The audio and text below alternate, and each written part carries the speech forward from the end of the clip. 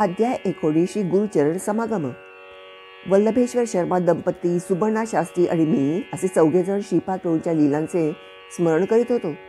त्याचवेळी त्यांच्या घरी एक दूरचा नातेवाईक लिंगणा शास्त्री आला. तो वेदशास्त्र पारंगत होता. म्हणाला, मी पित्याच्या तर्पणानिमित्त आलो. माझे आजोबा कर्मठ ब्राह्मण होते. धनवान असले तरी स्वभावाने मितव्ययी होते. ते शास्त्रात सांगितल्याप्रमाणे संकटात असलेल्या लोकांना काही उपाय सांगून त्यांना आपलेसे करून घेत असत. पितृदेवतांना संतुष्ट करण्यासाठी भाविक लोक 10 प्रकारचे दान यथाशक्ती देत असत. परंतु आजोबा अत्यंत थोड्या पैशात सर्व विधी आटोपून स्वतःचा अधिकाधिक फायदा होईल असे पाहत. त्यांचा व्यवहार ब्राह्मण धर्माला साजेसा नव्हता. काही कालावधीनंतर वार्धक्याने त्यांचा मृत्यू झाला. वडील सुद्धा आजोबांसारखेच होते. कालांतराने त्यांचा सुद्धा मृत्यू झाला. मी मात्र शास्त्रानुसार आणि सामर्थ्यानुसार पितृदेवतांचे श्राद्ध तर्पण करीत असे. आमच्या घरी अकारण होणाऱ्या ग्रहकलहामुळे माझी मनशांती नेहमी भंग पावत असे. परमशांत स्वभावाचे माझे आप्त मित्र आमच्या घरात पाऊल टाकताच रौद्र स्वरूप धारण करीत. याचवेळी पत्नी रुसून माहेरी गेली. मुलगा, मुलगी, जावई या सर्वांनी माझा पदोपदी अपमान करून जीवन नकोसे आणि नरकमय केले होते. धन असेल तर जीवन जगण्यात आनंद वाटतो, परंतु माझ्याकडे धन तर नव्हतेच. शिवाय गृहकलह. सर्वांना कंटाळून मी आत्महत्या करण्याचा विचार केला. परंतु मरणानंतर पिशाची योनी प्राप्त होण्याची भीती वाटत होती. मृत्यूनंतर माझी शास्त्रोक्त पद्धतीने अंत्यक्रिया होणार नाही हे निश्चित होते. एके दिवशी मी गोशाळेतील सर्व साफसफाईचे काम आटोपून जेवणासाठी येऊन बसलो. सुनेने विटलेले अन्न वाढून दिले. त्याला वास येत होता. त्यात थोडे किडे सुद्धा दिसले. गोशाळेतील कामाने मी अत्यंत थकून गेलो होतो आणि भुकेने डोळ्यात आसवे येत होती. माझी स्थिती फारच दयनीय झाली होती. माझे आप्त, सखे, पुत्र, कांता, कन्या हे खरेच माझे आहेत का? हा सारा मायाजाळ तर नाही ना? माझ्या मनात गोंधळ उडाला आणि विचारशक्ती कुंठित झाली. इतक्यात एका अवधूताने मला दर्शन दिले. करुणेचा महाप्रवाह त्याच्या नेत्रातून ओसंडत होता.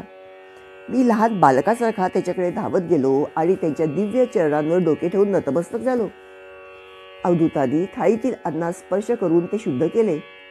ते विटके अन्न अदृश्य होऊन त्या ठिकाणी हलवा नावाचा गोड पदार्थ आला. त्या थाळीतील थोडा हलवा त्यांनी खाल्ला आणि उरलेला मला प्रसाद म्हणून दिला. तो मी खाऊन तृप्तीची ढेकर दिली. माझ्यात नवीन शक्तीचा संचार झाल्यासारखे वाटले. अवधूतांनी नंतर मला एक पहार दिली व ईशान्य दिशेस खोदण्यास सांगितले. बराच मोठा खड्डा झाला. त्यात 2 कुत्र्यांचे अस्थिपंजर देह दिसले. अवधूतांनी त्या खड्ड्यात तांदळाची पेस्ट टाकण्यास सांगितली. त्यांच्या आदेशानुसार मी त्यात पेस्ट टाकून तो खड्डा बुजवून टाकला. त्यावर ते अवधूत म्हणाले, तुझी पिशाच्या बाधेपासून मुक्तता झाली आणि घराची स्थलशुद्धी झाली. आता तुला सर्व गोष्टी अनुकूल होतील. पादगयेप्रमाणे महिमा असलेल्या पीठिकापुरमहून तुला बोलावणे आले आहे. तत्काळ प्रवासाची तयारी कर. बाकी व्यवस्था मी पाहीन. आपण पीठिकापुरम येथे भेटू. त्यांच्या आदेशानुसार मी जाण्यास निघालो. घरी कोणाला सांगितले नाही. अगदी अंगावरील कपड्यांनीशी निघालो. थोडे अंतर जाता सायंकाळ झाली. एका आमराईत मी प्रवेश केला. तेथील यजमान नरसिंहप्पा याने माझे यथोचित स्वागत केले. खाण्यासाठी आंबे आणि इतर गोड फळे दिली. त्याने माझी भूक शांत झाली. त्यांच्या विनंतीनुसार मी रात्री तेथेच मुक्काम केला. सकाळी स्नान संध्यादी आटोपून पुढे जाण्यास निघालो तेव्हा नरसिंहप्पाने मला आंबे एका वस्त्रात बांधून दिले. अवधूतांनी सांगितल्याप्रमाणे माझी खाण्याची व राहण्याची उत्तम सोय झाली होती. त्यानंतर तो नरसिंहप्पा म्हणाला, कालपासून माझ्या स्वप्नात एक अवधूत येत आहे. म्हणाला, तुझ्याकडे उद्या एक सद्ब्राह्मण येईल. त्याचे उत्तम प्रकारे स्वागत करून जाताना त्याला वस्त्रदान आणि दक्षिणादान सुद्धा दे. मार्गात खाण्यासाठी त्याला तुझ्या शेतातील आंबे दे. ते स्वप्न आज खरे झाले. तुमची सेवा करण्याची संधी मिळाली. दर्शन झाले. मी धन्य झालो.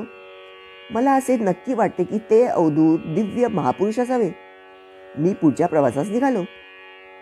नवीन वस्त्र धारण करून वेदस्मरण करीत चालत असताना मला माझ्या देहात विद्युत प्रवाह जोरात होत असल्याचा अनुभव आला.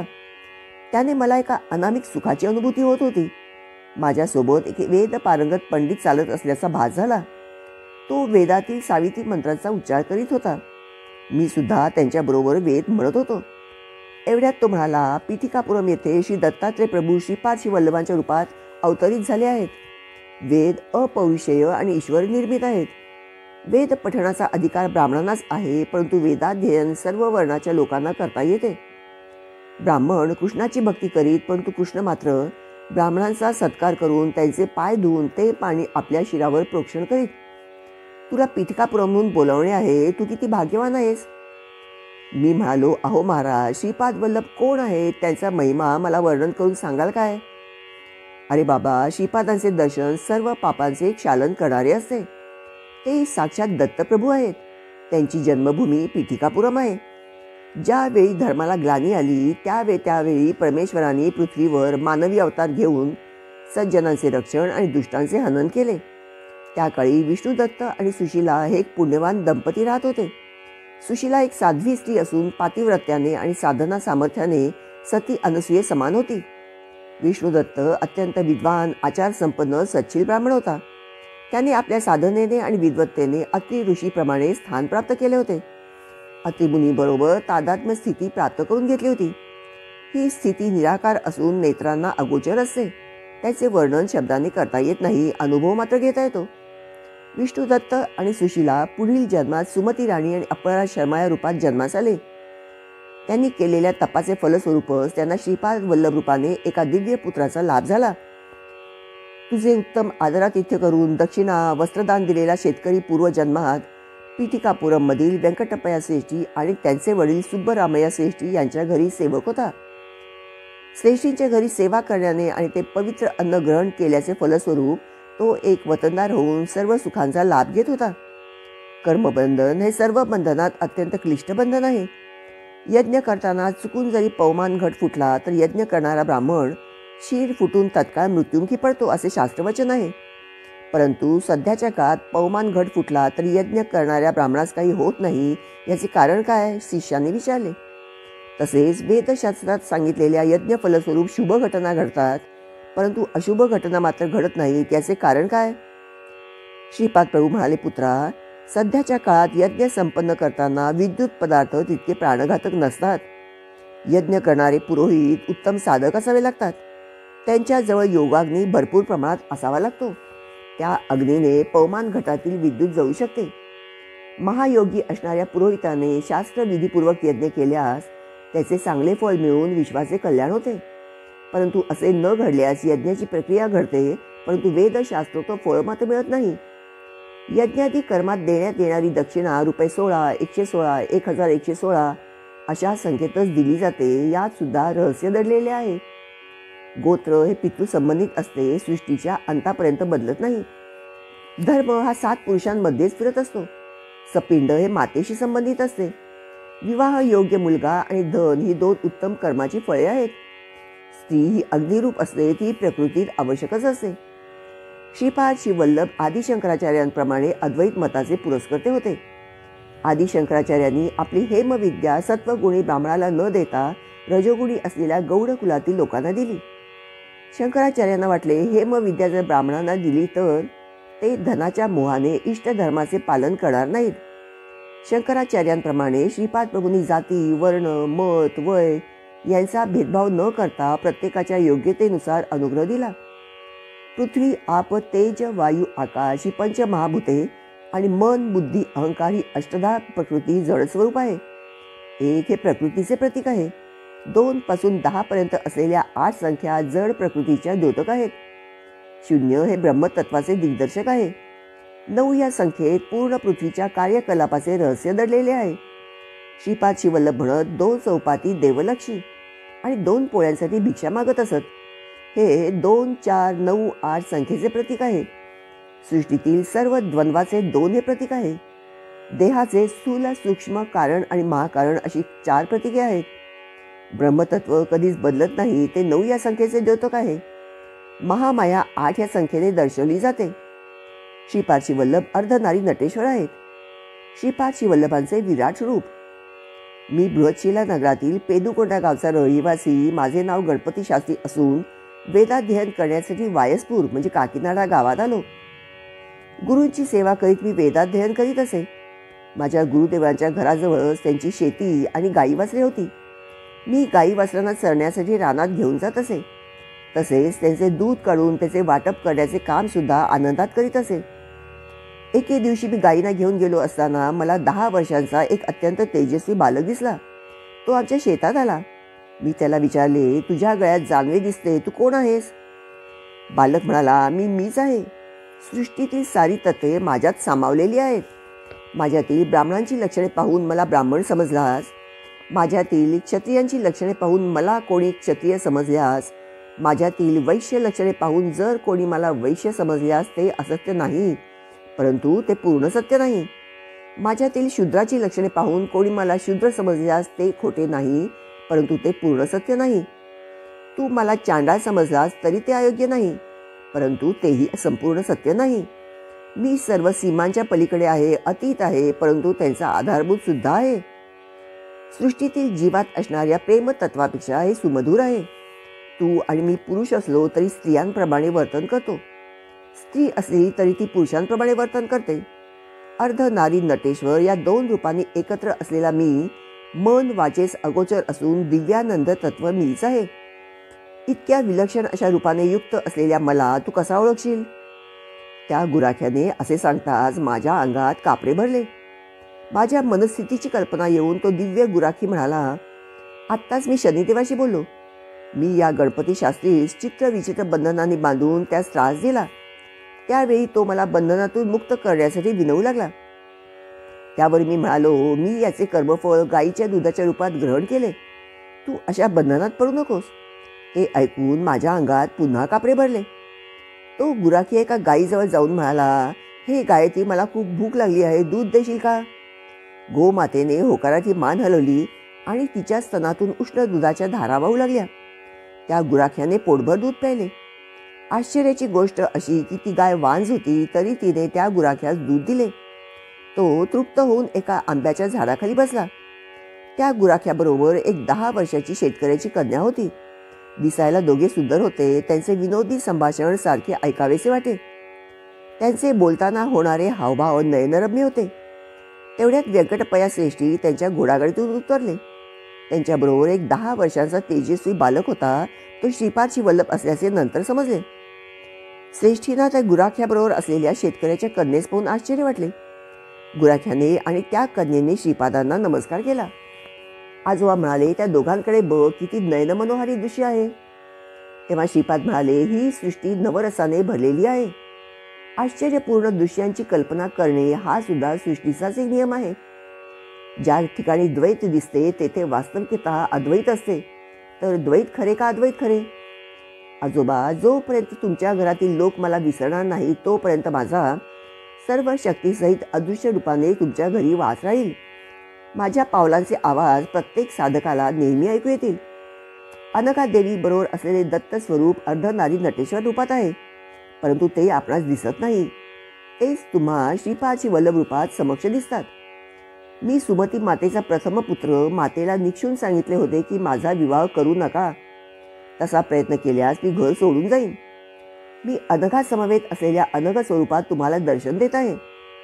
श्रीपादांच्या सानिध्यात कारणाशिवाय कोणतेच कार्य होत नाही. सृष्टीचे नियम चित्रविचित्र आहेत.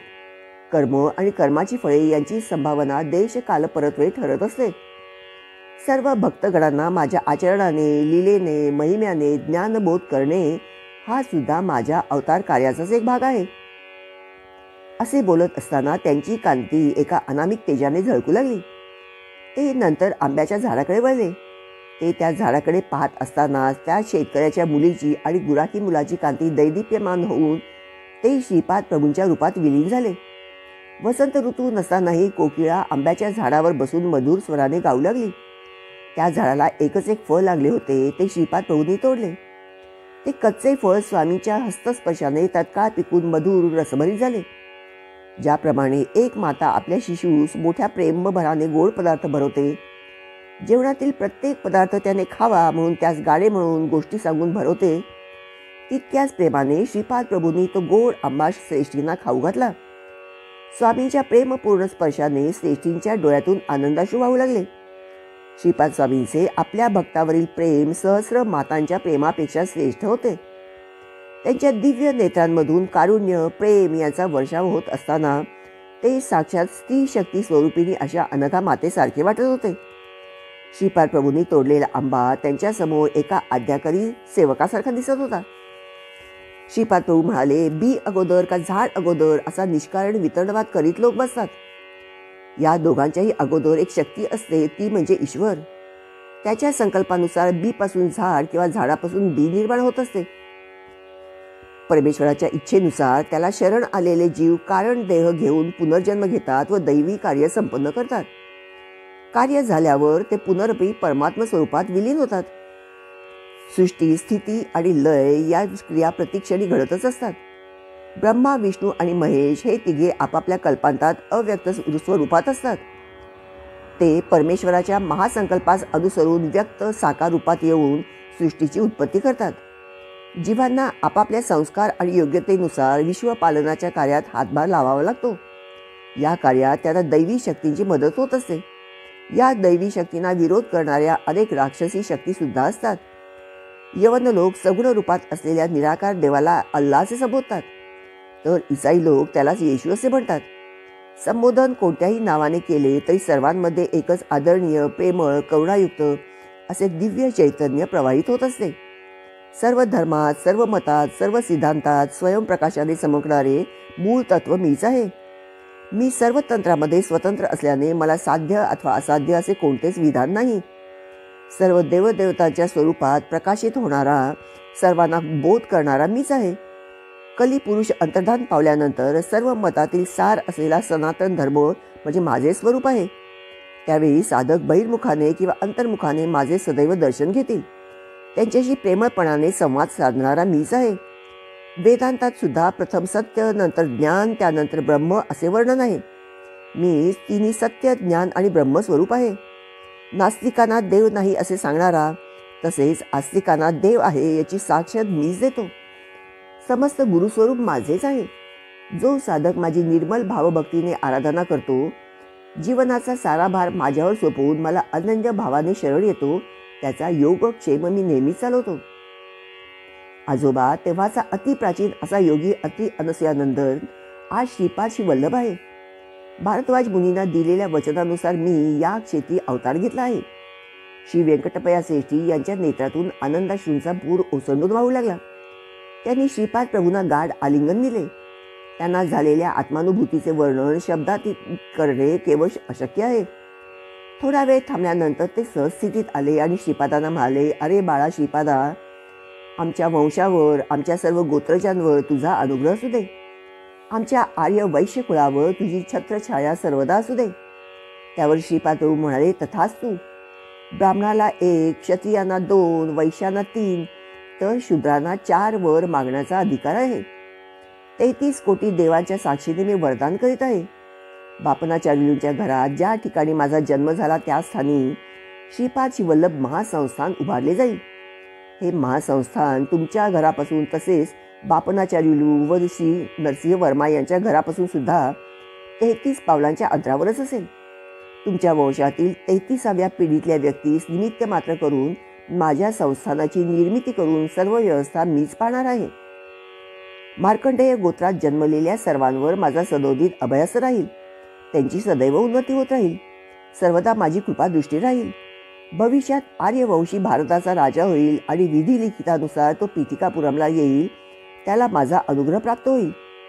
नेपाळ राज्यातून असंख्य भक्तगण माझ्या दर्शनासाठी येतील. हे माझे वक्तव्य काळ्या दगडावरील रेघेप्रमाणे आहे. सृष्टीतील कोणताही प्राणी त्याला असत्य ठरवू शकणार नाही. कालांतराने माझ्या या जन्मभूमीवर बरीच परिवर्तने घडतील. पीठिकापुरम क्षेत्री निर्माण होणाऱ्या महासंस्थानाच्या देवकार्याला धनसेवा करण्याचे भाग्य केवळ पूर्व सुकृतानेच लाभते. आर्यवंश कुलातील एखाद्या भाग्यवान व्यक्तीलाच धनसहाय्य करण्याचे महाभाग्य लाभणार आहे. त्याच्याकडून हे देवकार्य घडून येणार आहे. अविश्वासू अहंकारी लोक प्रत्येक वेळी तुला मदत मागून तुला महत्त्व देतील. माझे चरित्र पारायण करणाऱ्यांना अभिष्ट सिद्धी प्राप्त होतील. माझ्या संस्थानाशी संबंधित कोणत्याही सत्कार्यात सहभागी होणाऱ्या भक्तांना मी सर्व बंधनातून मुक्त करीन. पीठिकापुरम क्षेत्री माझ्या चित्रा या जन्म नक्षत्रावर जो श्रद्धेने माझी अर्चना करील त्याला मी ऋणबंधनातून मुक्त करीन. कुमारिकांना सुयोग्य वर मिळून त्यांचे विवाह संपन्न होतील.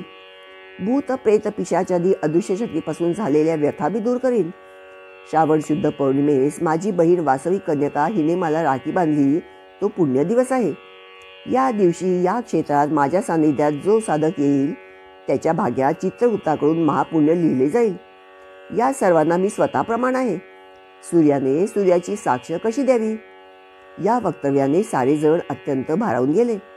दुसऱ्या दिवशी मी वल्लभेश्वर शर्मा दंपती, सुपर्णा शास्त्री, लिंगणा शास्त्री श्रीपाद प्रभूंच्या दर्शनासाठी कुरुगड्डीला निघालो. श्रीपादाने आम्हाला पुन्हा एकदा आशीर्वाद दिला आणि सुहास्य वदनाने म्हणाले, हा हा, काही चर्चा रंगली. श्रीपाद शिवल्लभ संस्थानाचे वर्णन करण्यात खूप वेळ गेला असे सांगून स्वामींनी मौनमुद्रा धारण केली. श्रीपाद शिवल्लभांचा जय जयकार असो. फलश्रुती मानसिक क्लेश निवारण.